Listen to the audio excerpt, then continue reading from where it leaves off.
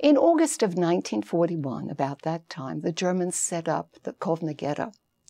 And my mother and my father and her brothers, her 3 brothers, just happened to come to see her. So they were forced into the ghetto, and my mother was pregnant.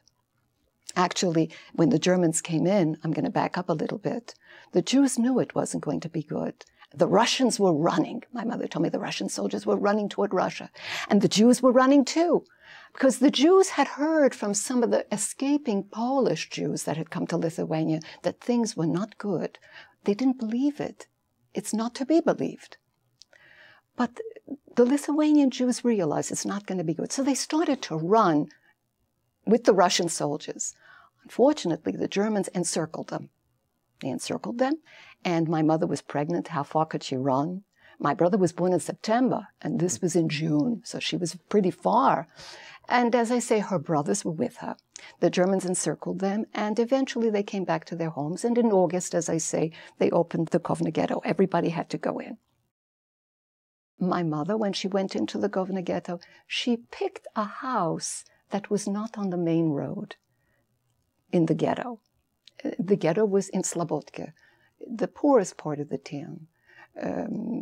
Very, very poor. 35,000 Jews from Kovno went in there. 35,000. And as I say, my mother picked a house on a road that was not so visible, not on the main road. In a verworfen Winkel, as we say, in a corner that nobody really saw, which is good, because whenever the Germans were looking for workers, they would go down the main street and they would go into the houses. And my mother already knew it's, better not to be seen. They built a bunker under the house so that if Germans came by for slave labor, they could quickly go into the bunker under the house. But they built another one under the woodshed out back. And they provisioned it. They had a generator. They dug so deep there was a well.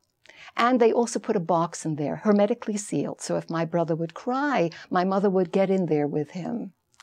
And so at the end of 44, when the Germans were burning the entire ghetto to the ground, many Jews already knew that things were bad, so bunkers were built all over the place.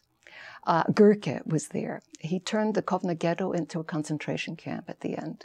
And they burned and fire and flame that last month in July of 44.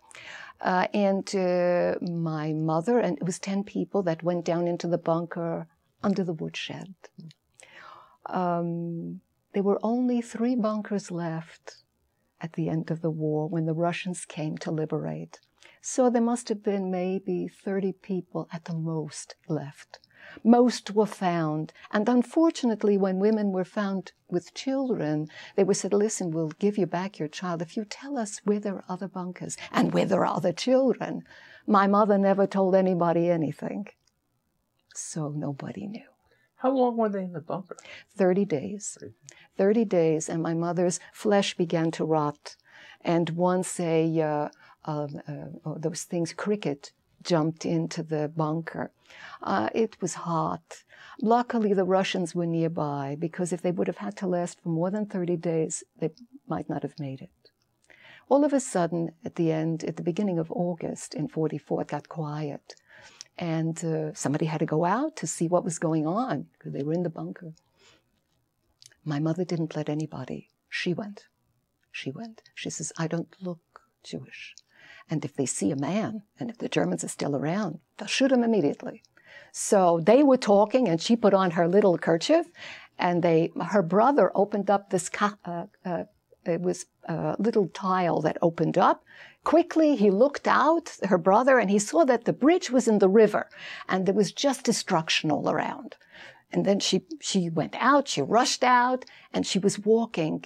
I can only imagine what she was thinking as she walked through such destruction. She was walking, and from a distance, she saw somebody. She saw a soldier, but she couldn't make out the color of his uniform, because she'd been underground so long. She didn't know if it's German uniform or what. It was a little soldier. He came closer and closer, and he spoke to her in Russian. He said, you're liberated, you're freed.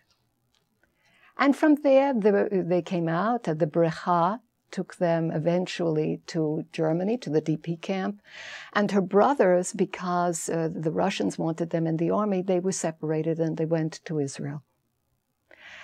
So I was born in the DP camp in Freimann in Munich, and we waited for the quota to come to America.